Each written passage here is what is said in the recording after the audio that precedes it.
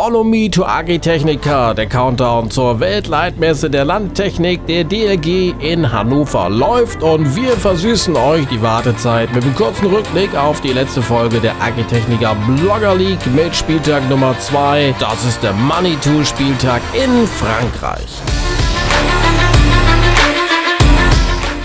Und damit herzlich willkommen, Deutschlands erfolgreichster Agrarblogger im direkten Wettbewerb an diesem zweiten Spieltag mit Challenge Nummer 2. Willkommen in der Welt der Landtechnik. Wir sind ja im Westen Frankreichs, in der Nähe von Nantes, in der östlichen Bretagne. Sonne, satt und sehr gute Voraussetzungen für Challenge Nummer 2.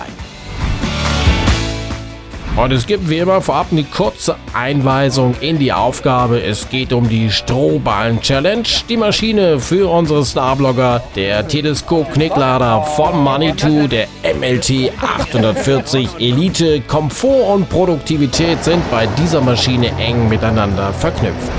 Bevor es losgeht, der kurze Blick auf den aktuellen Spielstand nach der ersten Challenge am zweiten Spieltag.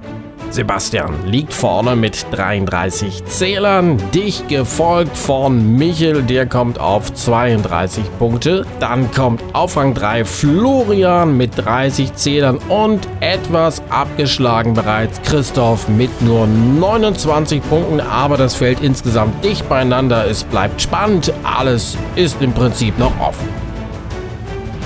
Das ist die Strohstapel-Challenge. Das heißt, ich muss jetzt so schnell wie möglich, rein nach Zeit, 8 Strohballen hier auf den Anhänger laden. You need to have to handle all the bells correctly and also speed to respect the time. So it's between quality and productivity. So, Aufgabe verstanden. Was sagen unsere Jungs zur Challenge? Jetzt kommt die Gabel. Habe ich noch nie mitgeschafft. Also, abwarten. Und muss man immer aufpassen, dass eben jeweils 2 Zinken in einen Ballen reingreifen, sonst kann es passieren, dass er rausrutscht. Ich bin jetzt im Mittelfeld und danach muss ich oben stehen. Geht ja nicht anders. Ja, ich muss den Scheiß voneinander wieder ausbügeln, weil die kein Gefühl haben, für die Ballen mal vernünftig zu packen. Ja, aber einer muss ja vernünftig sein.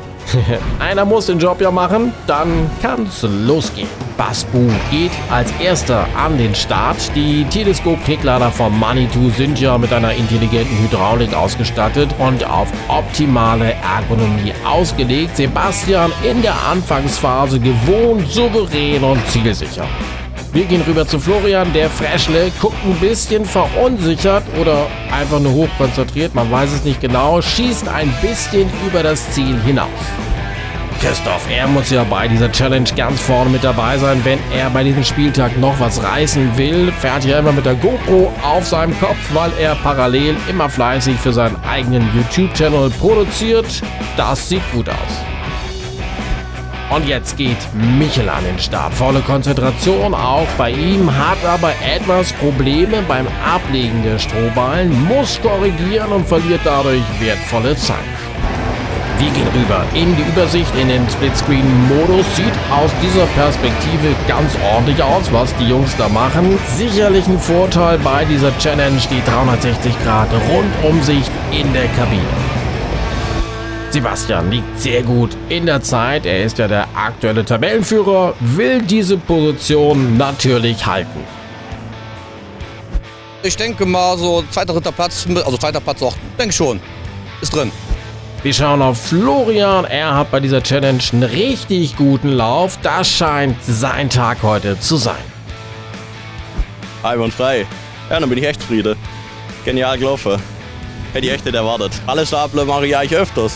Aber hat jetzt doch gut funktioniert. Florian hochzufrieden. Bei Christoph sieht das ein bisschen anders aus. Er hat die Heuballen falsch sortiert beim Ablegen. Seine Racetime 2 Minuten 21. Ich hätte gemeint, dass normalerweise die Brücke so lang ist, dass die 4 hintereinander passen. Ja. Ich habe gemeint, wenn man da ein bisschen Platz spart, funktioniert das. Aber anscheinend sind die ein bisschen größer gepresst.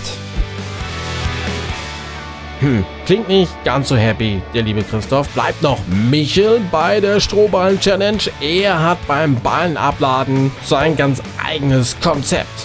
Habe ich mir gleich gedacht, wer weiß denn, ob hier überhaupt die 4 Ballen auf den Anhänger nebeneinander draufpassen, weil das war ja die Ursprungsmission. Da fange ich mal lieber von hinten in der Ecke an. Leider steht der Anhänger so ein bisschen schief und darum muss ich da ein bisschen hin und her zirkeln. weil ich den Platz da eigentlich auch voll ausnutzen wollte. Ja, jetzt sehen wir aber am Ende, dass sie sowieso nicht alle 4 Ballen hinpassen. Dann hätte ich mir auch gar nicht die Arbeit da machen müssen mit dem Rumkurbeln und gleich 3 hingeschmissen. Hätte ich gleich 3 hingeschmissen und dann den 4. oben drauf.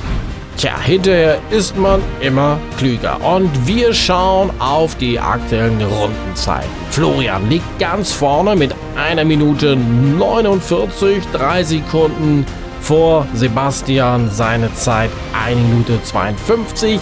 Michel und Christoph liegen schon deutlich dahinter. Michel 2 Minuten 11 und Christoph leider nur auf Rang 4 mit seinen gefahrenen 2 Minuten 21 abgeschlagen. Fehlt noch klar der Gang vor die Jury. Julia von der DLG schreitet zur Tat. Jetzt wird spannend. 5 Punkte gibt es für Christoph und für Michel jeweils. Das haben sich beide natürlich anders vorgestellt. Und 9 Punkte gibt es für Florian und Sebastian. Völlig verdient. Was bedeutet das für den Gesamtstand?